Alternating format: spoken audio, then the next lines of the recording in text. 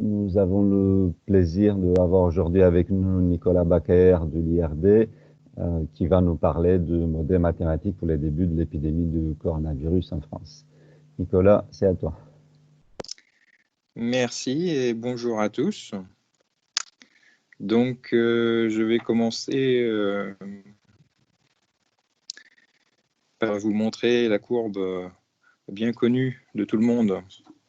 Celle qui montre le nombre de cas détectés de coronavirus entre le 25 février et le 29 mars. Donc, c'est une courbe qui commence à dater un peu là. Depuis, ça a encore augmenté. Donc, vous voyez qu'il y a une croissance à peu près exponentielle qui est partie de très bas et qui, au 29 mars, arrivait aux alentours de 40 000. Sur le dessin, en abscisse, j'ai indiqué la date du 15 mars. Comme vous savez, il y a eu des mesures de limitation de l'épidémie qui sont venues progressivement. Il y a eu d'abord la limitation des rassemblements à moins de 5000 personnes, puis à 1000 personnes, puis à 100 personnes. Mais disons que c'est aux alentours de la date du 15 mars qu'il y a eu le changement le plus brutal avec l'arrêt des écoles, des universités et de la plupart des commerces. Et donc, pour simplifier, dans le modèle que je vais présenter, on va supposer que, grosso modo, avant le 15 mars, il n'y avait pas vraiment de mesures restrictives et, au contraire, il va y avoir une sorte de saut à partir du 15 mars. Voilà, donc ça, c'est la courbe avec en coordonnées le nombre tel qu'il est publié chaque soir par Santé publique France. Dans la page suivante, je retrace la même chose, mais en coordonnées logarithmiques. Donc, j'ai pris le logarithme du nombre de cas, logarithme népérien. Alors, pas très. J'aurais peut-être dû prendre le logarithme décimal pour que ce soit plus lisible, mais bon, c'est le logarithme népérien. Et alors, j'ai essayé de faire des régressions linéaires sur différentes portions de la courbe. Alors, vous voyez, il y a 3 droites de régression, une rouge, une bleue et une verte. Alors, au début de l'épidémie, la croissance est un peu erratique. Les points ne sont pas vraiment alignés. C'est un peu normal. D'abord, on a affaire à des petits nombres. Donc, comme vous savez, au début de l'épidémie, le caractère stochastique est assez important. Au contraire, quand les nombres deviennent plus grands, le système a tendance à devenir de plus en plus déterministe et les points sont de mieux en mieux alignés. Donc, dans une première version du modèle, j'avais fait une régression linéaire jusqu'au 15 mars, donc c'est la courbe, la droite rouge, et j'avais déterminé la pente qui correspondait à un doublement de l'épidémie presque tous les 2 jours. Et ensuite, je me suis dit que c'était peut-être pas une bonne idée de tenir compte des premiers points qui ne sont pas très bien alignés, qu'il valait mieux prendre les 9 derniers jours avant le 15 mars. Vous voyez, les 9 derniers points, c'est ceux qui sont par lesquels passe la droite bleue de régression linéaire. Ils sont vraiment très bien alignés. Donc, je me suis dit, c'est peut-être ce taux de croissance de l'épidémie qui est plus significatif. Donc, si on estime la pente de la courbe, on trouve que ça croît c'est le chiffre qui est indiqué en bas du transparent, là. Lambda, c'est 0,22, enfin 225 par jour, ce qui correspond à un temps de doublement d'à peu près 3 jours. Et donc, à partir de la date du 15 mars, on voit que l'épidémie continue à croître, mais que est naturellement plus faible à cause des limitations des contacts entre les gens. Et donc, on peut aussi estimer, donc ça c'était la troisième droite qui est en vert et qui qui est basée seulement sur les points après la date du 15 mars. Et donc ceux-là, on mesure la pente et qu'on calcule le temps de doublement, on trouve à peu près temps de doublement de 5 jours. Au passage, le temps de doublement, c'est le logarithme de 2 divisé par le lambda du taux de croissance. Donc la croissance, j'écris exponentielle lambda t. Et donc, si vous voulez, pour la situation avant l'intervention du 15 mars, je vais supposer que l'épidémie croissait avec un taux de 0,225 par jour, qui est celui donné par la droite bleue. Donc, pour le modèle mathématique, j'ai pris un modèle très simple à 4 compartiments classiques. Donc, S, ça désigne les personnes saines qui sont susceptibles d'attraper l'infection, mais qui ne l'ont pas encore eu. E, c'est le compartiment des gens qui sont dans la phase latente, c'est-à-dire qui sont infectés, mais qui ne sont pas encore infectieux. I, c'est le compartiment des personnes qui sont infectieuses, qui peuvent transmettre le virus, mais qui ne sont pas encore isolés. Et le dernier compartiment R, c'est la dernière phase où soit les gens sont isolés, c'est-à-dire ils sont peut-être encore infectieux, mais peut-être qu'ils portent un masque ou ils sont à l'hôpital et ils contaminent plus personne, ou bien ils sont décédés. Donc c'est un peu le compartiment fourre-tout.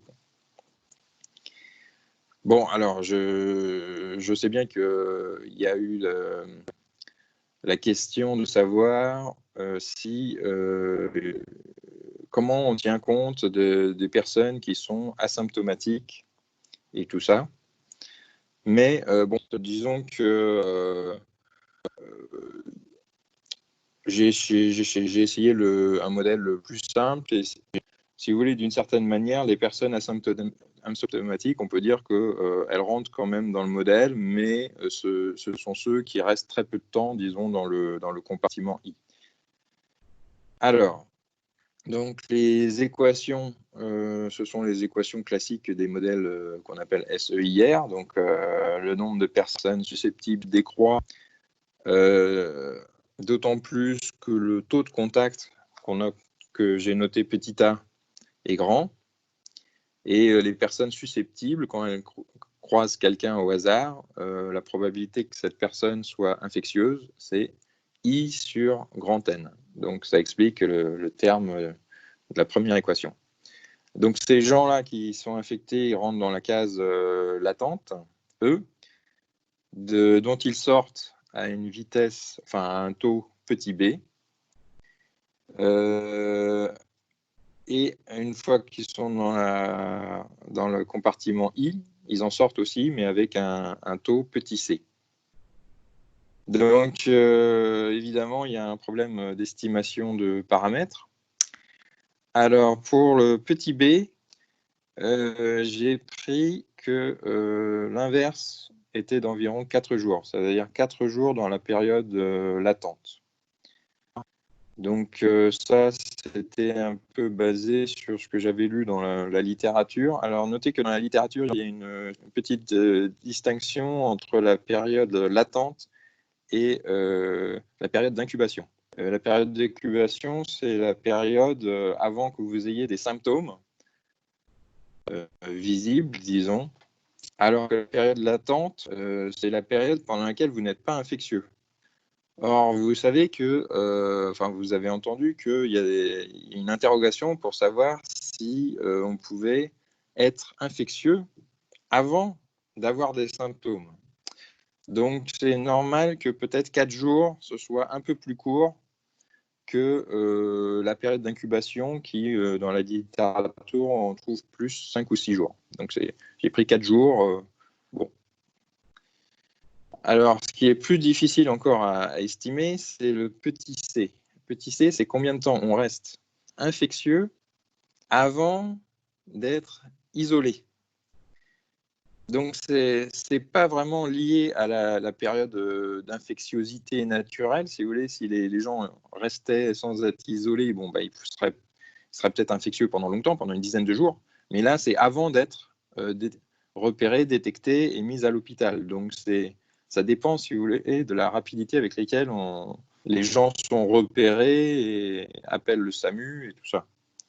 Donc, bon, bah, cette valeur aussi, il faut considérer que, par exemple, pour les personnes asymptomatiques, qui restent asymptomatiques et qui transmettent peut-être pas le virus, cette période, dans le compartiment I, elle serait vraiment très très courte, même quasiment nulle, quoi. Donc, si vous voulez, le C, c'est une sorte de moyenne sur toute la population infectée entre ceux qui sont infectieux, ceux qui le sont beaucoup moins. Et donc, bon, c'était un peu compliqué. Finalement, la valeur sur laquelle je me suis arrêté, c'est un jour, simplement un jour. Alors, je vais vous expliquer un peu après pourquoi. Bon, enfin, le dernier paramètre inconnu, c'est petit a. Et donc ça va être estimé à partir de la croissance de la courbe épidémique. Une remarque de base que je signale en bas du transparent sur ce système, c'est, comme disent les mathématiciens, qu'il y a une propriété remarquable, une intégrale première du système qui s'obtient, on voit qu'en divisant ds sur dt par s, c'est la dérivée du logarithme de s, on a d'après la première équation moins a fois i sur n, et d'après la dernière équation, c'est proportionnel à la dérivée de r. Et donc, puisque la dérivée du logarithme de s est proportionnelle à la dérivée de r, ça veut dire que le logarithme de s est lui-même proportionnel à r. Donc, c'est une propriété qui va être importante dans la suite. Alors, au début de l'épidémie, il y a peu de personnes infectées. Donc, le nombre de personnes susceptibles, c'est à peu près la population totale, grand N. Donc, si on linéarise, si vous voulez, le système dans ce stade-là, bon, bah, il reste que pour les compartiments en phase latente et infectieux, on tombe sur un système linéaire avec une matrice de 2 qui a 2 valeurs propres. Et donc, la valeur propre la plus grande, c'est ce que j'appelle lambda, qui se détermine en fonction des paramètres. Et alors, ce qu'on observe, c'est l'inverse. C'est-à-dire, on observe lambda, le taux de croissance de l'épidémie, et on en déduit le paramètre inconnu petit a. Donc, si on inverse, si vous voulez, cette formule, on trouve que petit a s'écrit en fonction de lambda, de manière assez simple, lambda plus c fois multiplié par 1 plus lambda sur b.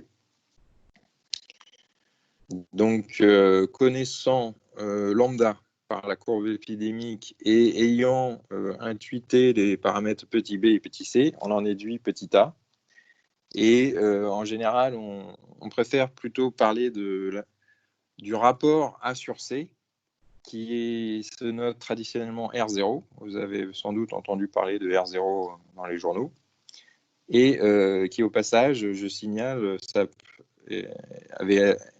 que l'autre qui a été introduite il y a bien longtemps par un certain monsieur Lotka. Et dans les livres de Lotka, si vous allez voir, c'est des livres qui sont d'ailleurs qui étaient publiés à Paris. Il appelle R0 la reproductivité. Donc, j'aime bien appeler R0 la reproductivité. Et donc, dans le cas des données, là, en utilisant la courbe bleue que j'ai signalée, avec son taux de croissance, j'avais trouvé R0 à peu près 2,3. Bon. Donc, dans ce modèle-là, si on n'intervient pas du tout, la taille finale de l'épidémie peut se déterminer mathématiquement en utilisant l'intégrale première que j'ai signalée tout à l'heure. Alors, il n'y a pas de formule explicite, on a une équation. La taille finale de l'épidémie, c'est R à l'infini. Donc, en proportion sur la population, R infini sur N, et solution de l'équation R infini sur N à peu près égale à 1 moins exponentielle moins R0 R infini sur N. Et si vous mettez R0 égale 2,3, vous trouvez que la solution, c'est 87% de personnes qui finissent par être infectées. Donc, c'est numériquement qu'on trouve ça. Donc, la figure du dessous vous montre qu'est-ce que ça donne en simulation. Donc, j'ai mis une population de 65 millions, comme pour toute la France. Et donc, vous avez le nombre de personnes susceptibles qui décroît.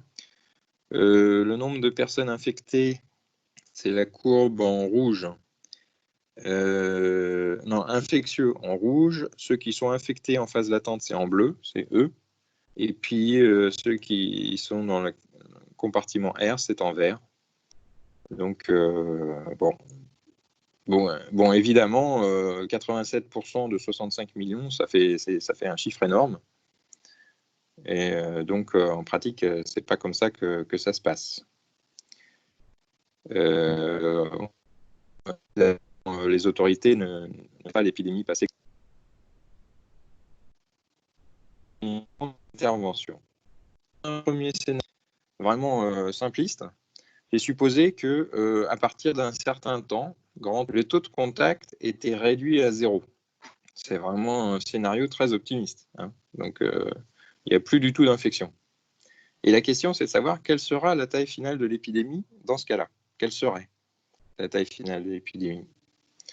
Donc, en fait, c'est très simple, puisque la taille finale de l'épidémie, R infini, c'est seulement les gens qui, à l'instant T, étaient déjà soit infectés, soit remis dans la case R. Donc, c'est E de T plus I de T plus R de T. R de grand T, je veux dire.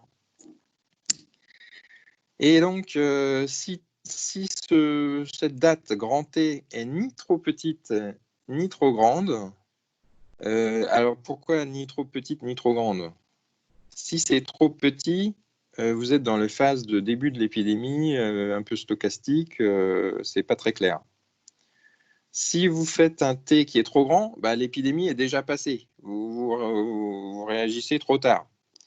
Mais si c'est dans le cas intermédiaire, si vous voulez, il y a une approximation qui est fort utile, qui se détermine de la manière suivante. Si vous considérez le nombre total de personnes infectées, E plus I plus R, la dérivée de ce nombre-là, c'est le nombre de nouvelles infections, A, S, I sur N. Mais comme au début de l'épidémie, S est proche de N, ça fait à peu près A fois I. Mais I, d'après la dernière équation du système SEIR, c'est proportionnel à la dérivée, dérivée de R. I, c'est 1 sur C fois dr sur dt. Donc vous voyez qu'on peut écrire A fois I, c'est A sur C fois C dr sur dt, donc ça fait R0 fois dr sur dt. Où R0, c'est la reproductivité A sur C. Donc, par intégration, si vous voulez, E à l'instant grand T plus I à l'instant grand T plus R à l'instant grand T, c'est à peu près R0 fois R à l'instant grand T. Et donc, l'intérêt de cette formule, c'est que R de T, d'une certaine manière, c'est ce qu'on observe. C'est le nombre de personnes qui ont été détectées. C'est le nombre qui est annoncé chaque soir à la radio. Enfin, qui était annoncé au début de l'épidémie. Et donc, d'une certaine manière, avec cette formule, vous arrivez à déterminer le nombre de personnes qui sont un peu dissimulées, c'est-à-dire qui sont encore en phase latente ou qui sont infectieux, mais qui ne sont pas encore détectés. Et donc, en résumé, si on annule les contacts à partir de la date grand T, à l'arrivée, la taille finale de l'épidémie, ce sera R0 fois R grand T. Donc, par exemple, si, je montre ça dans le transparent suivant, si au 15 mars, alors qu'il y avait 5400 cas recensés, on avait réduit les contacts à 0, bien, la courbe aurait continué à augmenter, le nombre de cas détectés augmenté, mais uniquement à cause des personnes qui finissent leur période infectieuse et leur période latente. Et donc avec un R0 qui vaut 2,3, ben, on aurait trouvé 2,3 fois 5400, ça fait à peu près 12 000, on se serait limité à 12 000 cas. Donc sur ce dessin-là, je traçais que R, E et I, parce que S, il est beaucoup plus haut, il est dans les 65 millions, mais il ne varie pas beaucoup. Donc ça, évidemment, c'est un scénario bien trop optimiste, mais bon, ça donne quand même une borne inférieure, si vous voulez, à un instant grand T, sur le nombre de cas qu'il y aura à l'arrivée. Alors, au transparent suivant, je explique cette histoire de grand T ni trop petit ni trop grand. Donc, vous voyez, si on fait le rapport entre la taille finale de l'épidémie et la taille de l'épidémie au moment où l'intervention brutale intervient, on voit qu'il y a une sorte de plateau. Si on est trop proche de 0, le rapport est très grand. Si on attend trop longtemps, le rapport il va redescendre vers 1, c'est-à-dire en fait l'intervention interviendra trop tard. Et il y a tout un plateau où ce rapport vaut à peu près R0, là, qui est aux alentours de 2,3. Donc au passage, pour les mathématiciens, il y a une petite difficulté que d'ailleurs je n'ai pas réussi à surmonter, c'est d'estimer la largeur de ce plateau-là. Je reviendrai sur cette question à la fin de l'exposé. La largeur du plateau dépend comme je vous montrerai, ça dépend du logarithme de la taille de la population. Jusque-là, ça va? On m'entend encore là ou... Gabriel, on m'entend encore? Ouais, moi je t'entends. D'accord, je continue. Je faisais Si juste d'autres pour n'entendent vérifier que pas, tout marchait bien. Si d'autres n'entendent pas, ils peuvent mettre sur le chat. Voilà, apparemment, c'est bon pour plusieurs. D'accord. Vas-y. Bon, alors là, c'était le premier scénario très optimiste. On va faire un deuxième scénario un peu plus réaliste où, à partir d'un temps grand T, on divise le taux de contact par un nombre que j'ai appelé petit q. Donc, à partir de grand T, les équations sont les mêmes, sauf que le taux de contact petit a est remplacé par a divisé par q. Donc, par exemple, si on divise les contacts par 2, petit q égale 2. Donc, les équations pour S et E sont modifiées, mais les équations pour I et R restent les mêmes. Et on se pose la question, quelle serait la taille finale de l'épidémie dans ce cas-là? Alors, en fait, on utilise la même intégrale première qu'au début, mais entre l'instant grand T et l'infini. Et donc, on tombe sur une équation qui relie R à l'infini et la valeur de S au temps grand T et de R au temps grand T. Donc, c'est cette équation un peu compliquée, là. Et on note que dans l'exponentielle, j'ai mis R0 sur Q. Le R0, c'est le R0 qui est égal à A sur C. C'est le R0 au départ de l'épidémie. C'est le 2,3. Alors, en fait, cette équation, il y a deux régimes très différents.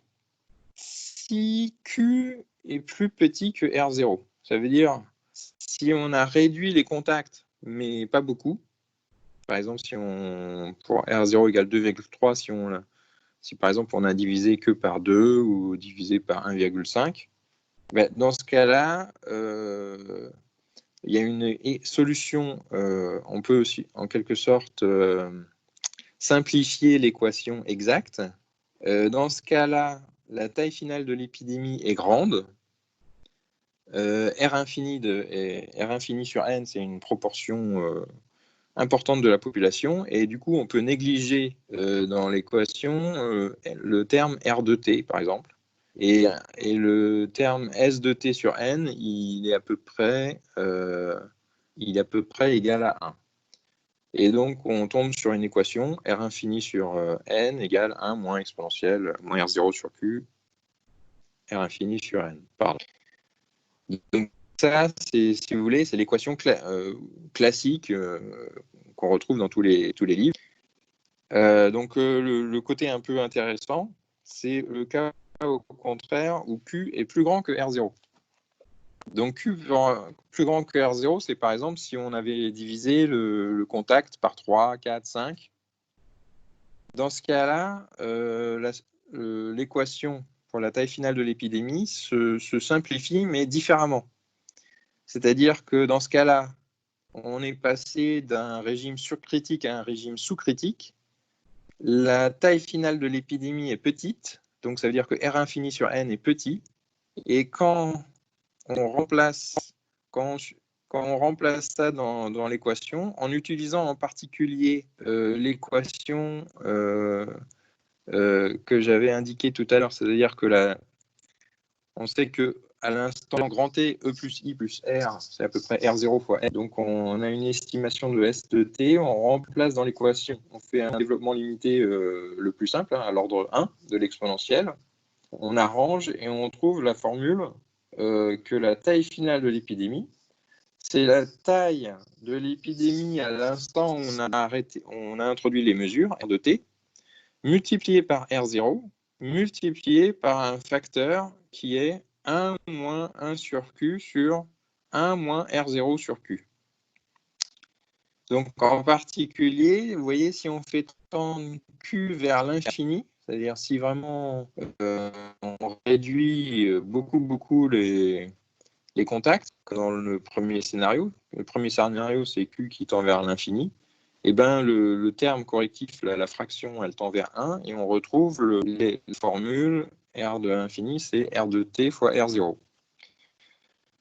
Donc j'ai encadré la formule parce que je me souviens pas avoir vu ce genre de formule dans la littérature. Je me suis dit que peut-être ça pouvait être intéressant. Donc par exemple, si vous avez un R0 qui est de 2 et vous divisez par 3 les contacts, donc Q égale 3, bah, on fait le calcul, on trouve que, alors au numérateur, on a 1 moins 1 tiers, ça fait 2 tiers, et en bas, on a, au dénominateur, on a 1 moins 2 tiers, ça fait 1 tiers. Donc ça fait 2 tiers sur 1 tiers, ça fait 2. Avec R0, ça fait 2 fois 2, donc on obtiendrait 4 fois R de T. Donc vous voyez, ça fait une formule un peu sans avoir à faire des calculs numériques sur ordinateur, on a déjà une bonne estimation de la taille finale. Donc je vous montre ça dans un graphique à la page suivante. Donc j'ai tracé la taille finale de l'épidémie en coordonnées logarithmiques. C'est le logarithme de R infini sur n. Donc bon, R infini sur n, c'est toujours un nombre plus petit que 1, donc le logarithme, c'est un nombre négatif. Et en abscisse, j'ai mis petit q, c'est-à-dire le facteur par lequel on divise les contacts. Donc, la ligne continue en noir, c'est ce qu'on obtient par simulation sur ordinateur ou par résolution de l'équation exacte, ça revient au même. Et donc, vous voyez, il y a deux sortes de points. Il y a les points ronds et les points en forme de petits diamants. Donc, les points en petits diamants, qui sont plutôt vers la gauche, là, on voit qu'ils collent très bien à la courbe tant que Q est plus petit que R0. Donc R0, c'est aux alentours de 2,3, ça ajuste bien. Alors évidemment, quand on se rapproche exactement de R0, les deux approximations ne sont plus très bonnes, donc les points s'écartent de la courbe. Mais sinon, en dehors d'un voisinage très étroit de R0, l'approximation est bonne. Et puis pour Q plus grand que R0, c'est la deuxième formule que je vous ai montrée tout à l'heure. L'approximation est aussi très bonne. Et alors, en particulier, on voit que c'est extrêmement sensible. Vous voyez, entre passer de Q égale 2 à Q égale 3, ça fait une différence énorme, puisque Q égale 2, vous êtes en quelque sorte toujours surcritique, donc vous avez une fraction énorme de la population qui est infectée, et Q égale 3, vous vous retrouvez avec une fraction négligeable qui finit par être infectée. Donc, vous voyez, faire des prévisions avec une pareille sensibilité, c'est difficile, vous voyez, on ne va pas pouvoir estimer Q au dixième ou au centième près, donc c'est très difficile.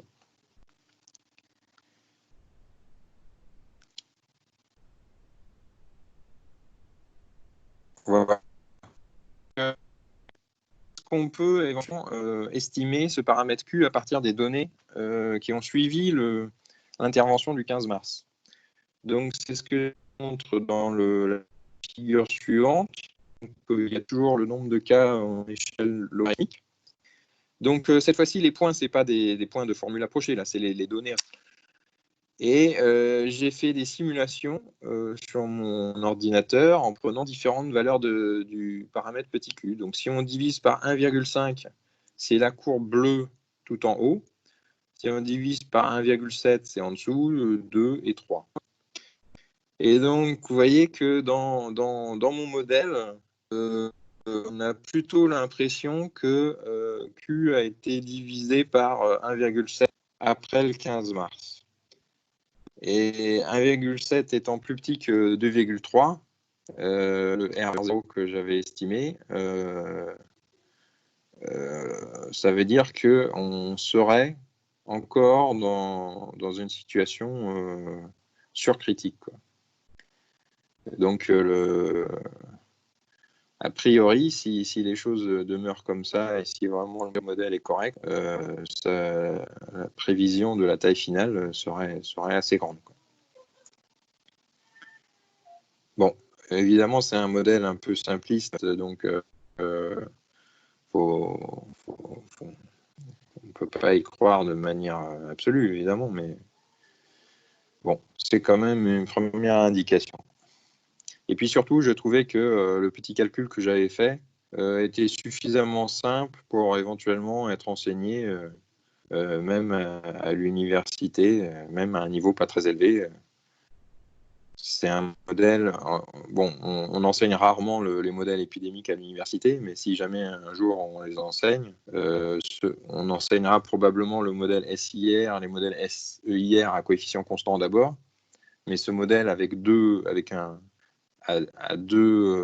phases, si vous voulez, il pourrait venir juste après. Pour terminer, je voulais faire une remarque sur la date du pic épidémique. Comme vous avez vu tout à l'heure, il y avait la question de savoir est-ce qu'il fallait que l'intervention ait lieu ni trop tôt ni trop tard pour que les formules approchées soient correctes. Et donc, je me suis posé la question, dans un modèle épidémique, alors on va prendre même un modèle plus simple que le modèle SEIR, on va prendre le modèle SIR, que sait-on sur la date du pic épidémique? Donc, voici les équations, ce sont les mêmes que tout à l'heure, sauf qu'il n'y a pas de compartiment latent, E. Si on prend des conditions initiales comme ça, là, une personne infectée et toutes les autres susceptibles, on a si on trace les courbes, on voit qu'on a une sorte de pic épidémique, et la question c'est de savoir à quel instant est-ce que le pic a lieu. Est-ce qu'on a une formule en fonction des paramètres du modèle? Et donc ce qui m'a surpris au cours des dernières semaines, c'est que quand on regarde dans les bouquins sur la modélisation des épidémies, alors on parle beaucoup de la taille du pic, la hauteur du pic, mais on ne parle pas beaucoup de l'instant où a lieu ce pic.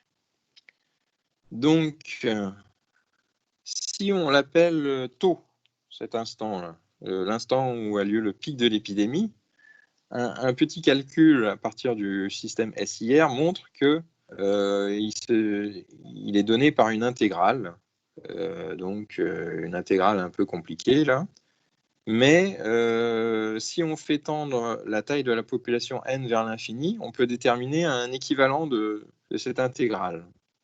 Donc, on trouve log de n sur a moins b, où a moins b, donc c'est le taux de croissance de l'épidémie au début. Et donc, je me suis dit, mais est-ce qu'on trouve cette formule dans un bouquin? Et donc, pendant longtemps, pendant quelques temps, j'ai demandé à des collègues, et puis apparemment, c'était pas si connu. Ça leur disait rien. Donc, je trouvais que c'était intéressant. Et finalement, quand même, j'ai un collègue à Tokyo qui a retrouvé une vieille référence de 1981 où quelqu'un avait déjà songé à étudier ce pic épidémique. Et il avait trouvé même un résultat meilleur que celui que je présente, c'est-à-dire qu'il avait trouvé que le temps, c'était log de n sur a moins b plus une constante. Il avait déterminé le terme suivant dans le développement asymptotique. Il avait même donné une formule amusante pour le terme constant. Donc finalement, ce que je vais présenter là sur le pic épidémique, c'est pas nouveau. Mais d'une certaine manière, ça s'est perdu dans la littérature et plus personne n'en parle, donc c'était quand même un peu curieux.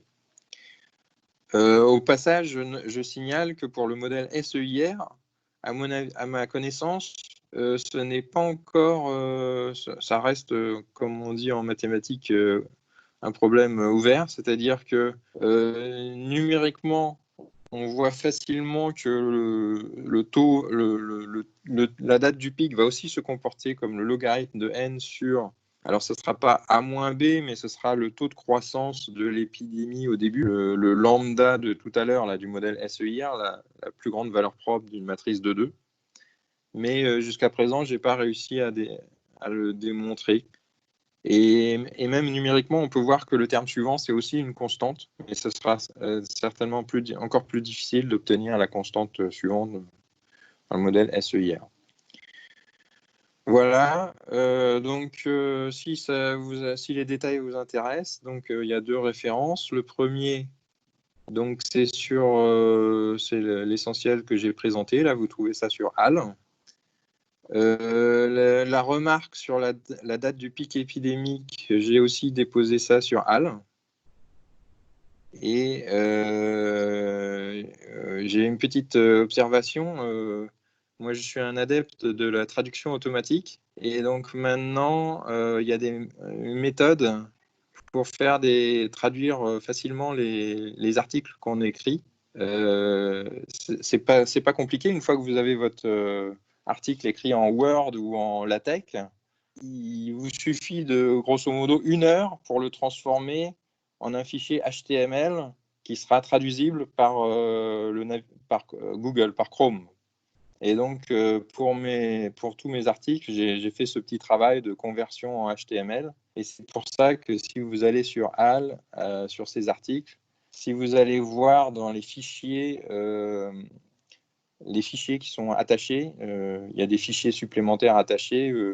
J'ai mis des exemples de traduction automatique de tous ces articles en 9 langues. Donc, ça va de l'arabe au chinois, en passant par l'italien.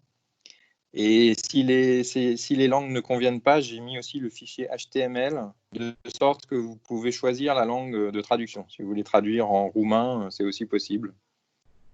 Voilà. Donc, j'espère que ça vous a intéressé. Et si vous avez des questions, je vous écoute. Merci Nicolas.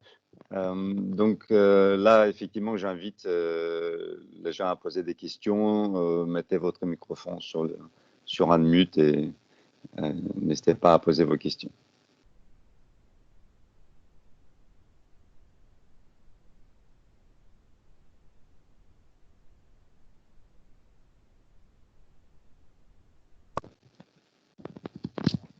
Peut-être pendant le temps que les gens commencent à regarder leurs notes et poser les questions, juste une petite remarque. Donc là, quand tu dis il y a le taux de contrôle, le Q, la variable que tu as introduite, si jamais... donc là, l'hypothèse que tu fais, c'est que cette atténuation de paramètres de transmission, elle est vraie pour toujours, dorénavant jusqu'à la fin des temps. Non? Et donc, nous, on espère par contre que le confinement ne va pas être aussi long. Donc, qu'est-ce qui se passe avec le modèle si voilà, le confinement dure, je ne sais pas, X mois, et puis ensuite le Q revient à 1, ça veut dire qu'il n'y a plus d'atténuation. Quelle est la taille de l'épidémie?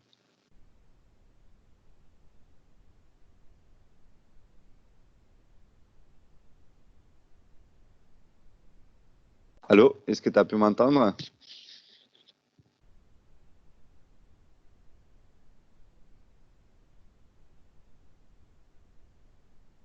Son micro est désactivé, je pense.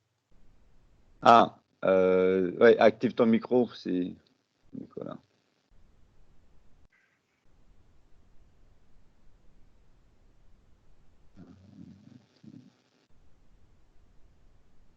Ah, tiens, je ne le vois plus.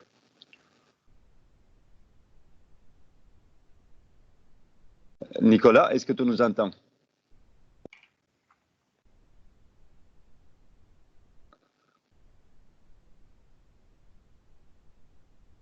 Attendez, vous m'entendez maintenant? Oui. Là, c'est bon. Ouais. Désolé. Alors, oui. Alors, oui, vous savez qu'il y a des discussions pour savoir s'il y aura une deuxième vague après ou pas. Il y a même des pays où ils disent on a intérêt à avoir une grosse vague d'abord pour avoir beaucoup de gens infectés et immunisés pour qu'après, il n'y ait pas de deuxième vague. Alors ça, oui, effectivement, moi, je ne suis pas encore dans cette perspective-là. Donc, oui, il faudrait un modèle différent là. Effectivement, ce serait un modèle de sortie de confinement. Est-ce que ah oui, mais ça va dépendre en fait à la sortie du confinement. Est-ce qu'on est Oui, je sais ce qui va se passer en fait. La question va être de savoir si la taille finale de l'épidémie est plus grande que enfin, si R infini sur N est plus grand que 1 moins 1 sur R0 ou pas. Tu sais, c'est le seuil comme une vaccination. Je sais. Donc, alors attends, j'ai pas réfléchi dans le cadre de mon modèle. Comment ça se situe là? Alors attends, elle est où il me semble que dès qu'il... Ah oui, voilà. En fait, tu vois, sur la courbe qui est là, j'aurais dû tracer en horizontal log de 1 moins 1 sur R0 sur N. Enfin, log de 1 moins 1 sur R0. Et donc, ça aurait fait une ligne horizontale et on aurait vu à partir de quel... c'est clair, ça. En fait, c'est... Attends. Non, c'est pas clair. Enfin bref, tu m'as compris, c'est ça? Oui, mais moi, je ne vois pas qu'est-ce que pourrait empêcher, une fois que tu as relâché les contraintes, le confinement, il n'y a rien qui puisse empêcher l'épidémie à redémarrer à nouveau. Si, donc, parce qu'en fait, si tu as déjà la première vague, si tu as déjà 60% de la population qui est infectée, qui a été infectée et qui a guéri, ça veut dire c'est comme si tu avais vacciné 60% de la population. Oui, non, mais bien sûr, mais hors immunité du groupe. Oui, bien sûr. Mais là, le but, c'est pas d'arriver à 60%. Ah oui. Alors, si effectivement, il n'y a que 5% ou quelques pourcents de la population qui est infectée, effectivement, normalement, il n'y a pas de... Normalement, il n'y a pas de raison que ça ne puisse pas refaire une deuxième vague. Ça... Ouais. Est-ce que les gens ont eu le temps de réfléchir à d'autres questions ou... Alors, Jean Dolbeau en a posé une par écrit qui était... Oui, alors je peux la poser oralement. Vas-y, je t'en prie, parce que je ne sais pas. Là, tu as pris l'hypothèse que le Q était le même pour toute la population.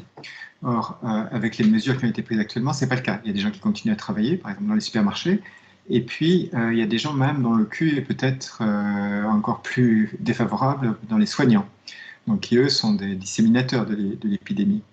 Donc, est-ce que, pour essayer de comprendre un peu ce qui se passe en ce moment, on pourrait voir avec plusieurs compartiments de population, suivant le taux d'exposition, et est-ce qu'on pourrait s'attendre à ce que ça modifie qualitativement la date du pic et le R infini? Ah oui, oui, ça c'est sûr que si on... Là, évidemment, le jeu en modélisation des épidémies, c'est après d'introduire de plus en plus de compartiments pour être de plus en plus réaliste. Et inversement, les matheux freinent cette tendance et pour garder des modèles qui soient analysables en quelque sorte. Donc c'est un jeu permanent entre complexification pour plus de réalisme et limitation pour arriver à des résultats qui, disons, pas forcément analytiques, mais disons, faire quelque chose sur le sujet, quoi. Donc bon, moi, je me suis contenté d'un modèle de base. Et donc, oui, effectivement, une étape supplémentaire. Sur la taille finale de l'épidémie, elle se généralise à la formule qui fait intervenir l'exponentielle. Là. Je ne sais plus, voilà, celle-là. Là. En fait, elle se généralise au système avec plusieurs groupes. Par exemple, avec un groupe à risque et un groupe moins risqué, il y a une formule un peu similaire. Donc, on pourrait aussi faire voir qu'est-ce que ça donne si on fait deux phases de l'épidémie. Effectivement, c'est une direction d'amélioration. Elle se généralise aussi si les coefficients ABC sont supposés être fonction du temps. Alors là, vous avez des prix constants ou constants par morceau, ce qui peut effectivement introduire des biais, même si c'est plus confortable pour la résolution. Ah, si dépendant du temps, je ne suis pas si sûr que ça, qu'on ait des formules. Moi, je connais bien le cas périodique, par exemple. Ouais. Je vous assure qu'il n'y a pas de formule pour la taille finale de l'épidémie en environnement périodique. Donc, c'est plus par confort que par réalisme qu'on met des coefficients constants, en fait.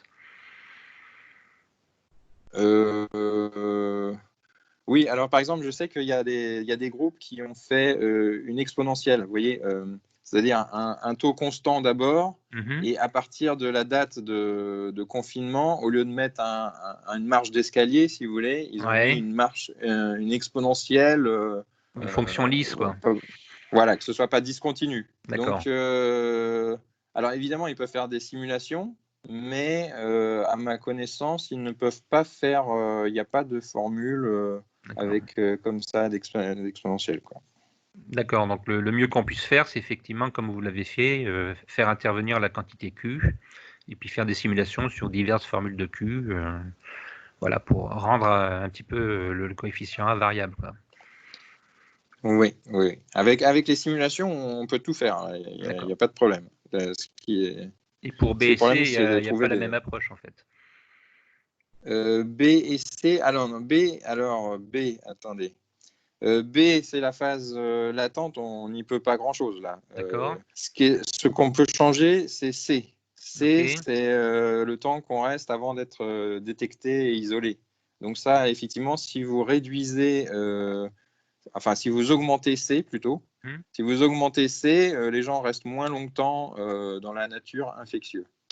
Donc c'est effectivement une autre sorte de mesure, si vous voulez, c'est au lieu de faire la distanciation sociale, c'est plutôt le traçage. C'est une autre sorte de mesure. Ouais. Est-ce que là, il faut les voir comme des valeurs moyennes puisqu'ils sont constants ou comme des paramètres vraiment constants? Là, ce que j'ai dit, c'était un peu comme une sorte de moyenne. C'est-à-dire, par exemple, les gens, ce que j'avais dit, c'est que les gens qui sont asymptomatiques, ils sont plutôt avec un C très grand, ils restent pas longtemps infectieux, et ceux qui sont symptomatiques, ils ont un C plus petit. Bon, alors là, je ne fais pas la distinction, donc je n'ai mis qu'une seule valeur. D'accord, donc effectivement, il faudrait structurer en fonction de la population, des sous-groupes de population, etc. Ouais. Est-ce qu'il y a une autre question? Alors, moi, j'en aurais une. Je suis Yannick Viossa. Donc, si on suppose que Q est égal à 1,7, ça veut dire que R0 sur Q, qui est le nouveau R0 en fait, est plus grand que 1 et que donc l'épidémie devrait continuer à augmenter en taille tant qu'une grande partie de la population n'a pas été atteinte. Or, si on regarde les chiffres récents, alors qui ne sont pas incorporés, hein, puisque je crois que vous arrêtez un petit peu plutôt à fin mars, hier par exemple, il y a eu 541 morts à l'hôpital et 482 entrées en réanimation, dont à peu près la moitié vont mourir a priori. Donc significativement moins d'entrées en réanimation que de morts. Ça suggère qu'on n'est pas dans une phase d'augmentation exponentielle, alors exponentielle avec R0 sur Q et non R0, mais quand même d'augmentation exponentielle de l'épidémie. Donc j'ai du mal à voir ça, à voir cadrer ça avec un R0 sur Q qui serait plus grand que 1. Qu'est-ce que vous en pensez? Alors oui, donc en fait, le premier transparent que j'avais montré, là, il y avait les données que jusque fin mars, mais celui que j'ai là sous les yeux, là, je ne sais pas si vous le voyez, celui où je fais varier Q de 1,5 à 3, là c'est les données jusqu'à hier, je crois, hier ou avant-hier.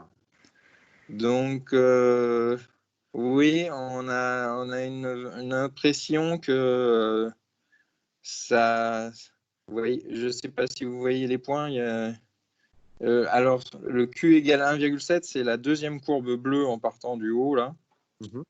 Donc, oui, on a l'impression que ça ralentit. Donc, je ne sais pas. Peut-être. Alors oui, il y avait une question, un problème dans mon modèle, c'était, mon modèle, il est très simple, il met des durées exponentielles dans chaque compartiment. Vous voyez, quand vous êtes dans la phase E ou la phase I, vous en sortez à un taux constant, ce qui veut dire que en fait, le temps que vous passez dans le compartiment est distribué exponentiellement. Et en réalité, évidemment, on sait que c'est pas comme ça. La distribution, elle est plus, je sais pas moi, comme une forme d'une fonction gamma ou avec une moyenne et puis une variance. Donc, est-ce que c'est à cause de ça que ça s'ajuste pas aussi bien? Est-ce que c'est parce qu'il y a eu des mesures supplémentaires là, avec les milliards de masques qui arrivent, qui font que finalement on n'aura pas seulement une intervention, mais disons qu'il va y avoir plusieurs interventions qui vont se superposer les unes aux autres et qu'à la fin peut-être qu'on arrivera à réduire au cas sous critique. Je sais pas, là pour l'instant je peux pas vous, je sais pas là, évidemment j'espère qu'on. Alors vous voyez le côté paradoxal, c'est-à-dire que d'un côté on voudrait que ce soit sous critique pour qu'il y ait peu de cas. Mais d'un autre côté, il y a même certains pays où par exemple en Grande-Bretagne, ils encourageaient à ce qu'on reste sur critique pour former une immunité de groupe. Donc c'est une situation un peu curieuse. Je sais pas. Je peux pas vous dire. J'ai pas de prévision pour l'instant sur la taille finale. Alors, ensuite, il y a l'autre problème. L'autre gros problème, c'est là, j'ai un peu balayé la question des asymptomatiques. En fait, le nombre véritable de personnes infectées est probablement bien supérieur au nombre, aux chiffres officiels, qui sont ceux qui sont testés par PCR, et il y en a bien plus. Donc, je ne sais pas, peut-être que, en fait, si on tenait compte de tous ces gens qui n'ont pas été détectés, peut-être qu'on est vraiment passé en cas sous critique, je ne sais pas. Pour moi, la situation n'est pas encore très claire. Voilà, c'était ma réponse. Si je peux me permettre de rebondir sur ce dernier point, vous avez dit que vous reviendriez sur je crois que c'était le paramètre C le temps où on est infectieux là que vous avez pris égale à 1 jour, ce qui peut peut-être se justifier justement par la prise en compte des asymptomatiques. Vous disiez qu'eux, ils sont très peu infectieux et donc on faisait une sorte de moyenne entre eux et les autres, ça ferait un temps qui n'est pas très long. Mais dans ce cas-là, il faudrait en effet sans doute les prendre en compte dans le R, peut-être en regardant dans d'autres pays où il y a eu des politiques de tests beaucoup plus massives. On voit que par exemple le taux de mortalité en Allemagne est beaucoup plus faible qu'en France. Alors ça peut être dû à des variantes différentes du virus qui circulent, mais si on suppose que c'est pas ça, que c'est juste que nous on a moins testé, on sait qu'on a moins testé, ça permettrait peut-être en effet de pouvoir deviner un petit peu les valeurs de R et de regarder ce que ça donnerait. Je ne sais pas ce que vous pensez. Mais c'est un travail difficile. C'est difficile. C'est un travail difficile, oui. Oui, mais simplement sans forcément essayer de vraiment estimer, on pourrait voir si c'est très dépendant de ça. C'est-à-dire si les résultats, si on suppose à la louche que, je ne sais pas, qu'il y a 5 fois plus de cas que, je dis 5 complètement au hasard, hein, mais on pourrait avoir un truc un petit peu moins au hasard en regardant les données en Corée et en Allemagne. Est-ce que c'est sensible à ça ou pas? Est-ce que c'est quelque chose que vous avez regardé, ce test de sensibilité? Pas encore. Peut-être je ferai ça plus tard, mais pas pour l'instant. D'accord. Question, est-ce que, à votre avis, il faut privilégier l'approche stochastique ou plus l'approche déterministe ou un intermédiaire à déterminer entre les deux pour avoir, disons, un modèle plus conforme? Vous savez, dans le début, c'est plutôt une approche par file d'attente, c'est ça? Au début, c'est toujours un peu forcément un peu stochastique. Vers la fin de l'épidémie aussi, quand il n'y a plus beaucoup de cas. Au milieu, l'approximation déterministe n'est pas trop mauvaise, quoi. Mais je ne suis pas contre les modèles stochastiques. Hein. Moi aussi, j'ai travaillé sur les modèles stochastiques. C'est juste que là, c'est surtout si vous voulez faire un modèle en quelques jours avec les données et que vous voulez arriver à des résultats c'est clair, oui. Comme ça, là, souvent que c'est plus rapide avec le modèle déterministe parce que le modèle stochastique, même le modèle les plus élémentaires pose des difficultés. Vite très compliqués, oui. Ouais, donc. D'accord. Voilà. Ok. Gabriel. Sinon, il y a un logiciel particulier là pour résoudre numériquement les systèmes différentiels de ce style-là, style SIR. Moi, j'utilise Scilab, le truc de l'INRIA. D'accord. C'est comme MATLAB, mais c'est l'INRIA, donc puis c'est gratuit, donc. D'accord. Il y a Python qui a une routine ODE int qui fait ça très vite. Et sur R, vous savez si c'est faisable? Je n'utilise pas R, désolé.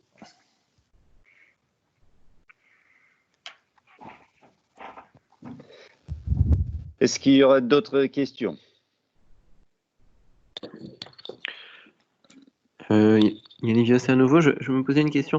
Il y a eu des mesures dans les foyers importants, dans l'Oise et en Alsace, avec fermeture des écoles, avant le confinement généralisé.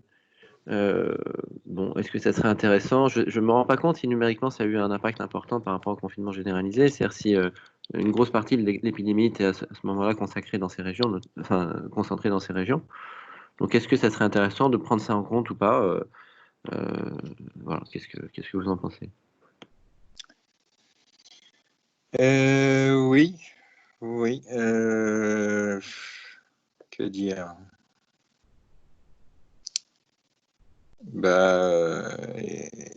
Oui, évidemment, si on veut vraiment essayer de comprendre toute cette épidémie, il faut être capable d'expliquer ce qui se passe à chaque endroit, quoi. Mais et à vrai dire, j'ai pas eu le temps de m'en occuper là.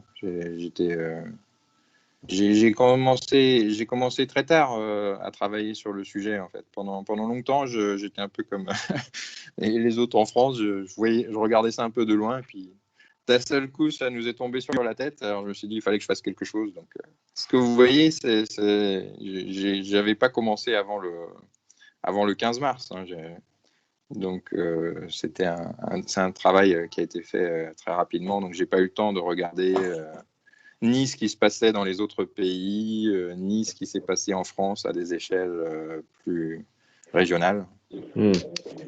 Voilà. Ah, j'entends quelqu'un qui essaye de parler, mais je ne sais pas qui c'est. Est-ce qu'il y aura une dernière question?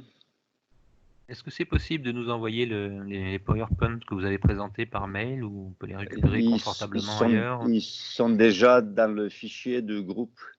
Ah, parfait, très bien.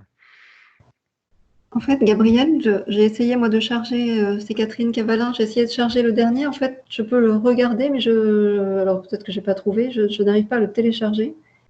Et je me demande s'il n'y a pas des questions de droit d'ouverture de groupe aussi. Je crois qu'on peut pas utiliser le chat. Je crois que certains font plus ou moins partie du groupe par rapport à d'autres. Il y a des périmètres un peu différents, je pense, de droit. Oui, effectivement. Oui, effectivement. Il y en a parmi les présents 3 qui pourraient risquer de ne pas l'avoir, donc je vais l'envoyer par mail. Ouais. Merci. Et les autres aussi, du coup. Merci. Est-ce que je peux poser une dernière question pour le PIC, la question du PIC? Bien sûr. Oui. Là, ce que vous avez dit sur le... Merci beaucoup pour votre présentation. Ce que vous avez dit, c'est que vous aviez été étonné de voir que la question avait un peu disparu. C'est ça, finalement, dans la littérature, de savoir comment estimer la question même du PIC. Oui. Dans la deuxième référence que vous avez donnée là, sur HAL, vous avez un peu documenté ça? Vous avez essayé de retracer? Il y a des éléments dans ce document? Non, si vous voulez, le seul, unique bouquin que j'ai trouvé où il trouve l'équivalence, c'est un livre de Lauverrier de 1981. C'est un néerlandais. Et en plus, ça tombe bien sur Internet, vous pouvez télécharger gratuitement. Si vous voulez, je peux envoyer le lien à Gabriel qui vous le transmettra. Je veux bien, oui. Je veux bien, puisque c'est des questions que je me pose sur d'autres sujets sur lesquels je travaille de disparition comme ça des connaissances, de non-cumulativité, donc c'est vraiment intéressant. Oui, j'ai regardé. Comme les bibliothèques sont fermées, là, j'étais obligé d'aller voir sur les sites pirates pour télécharger tous les bouquins que je pouvais trouver.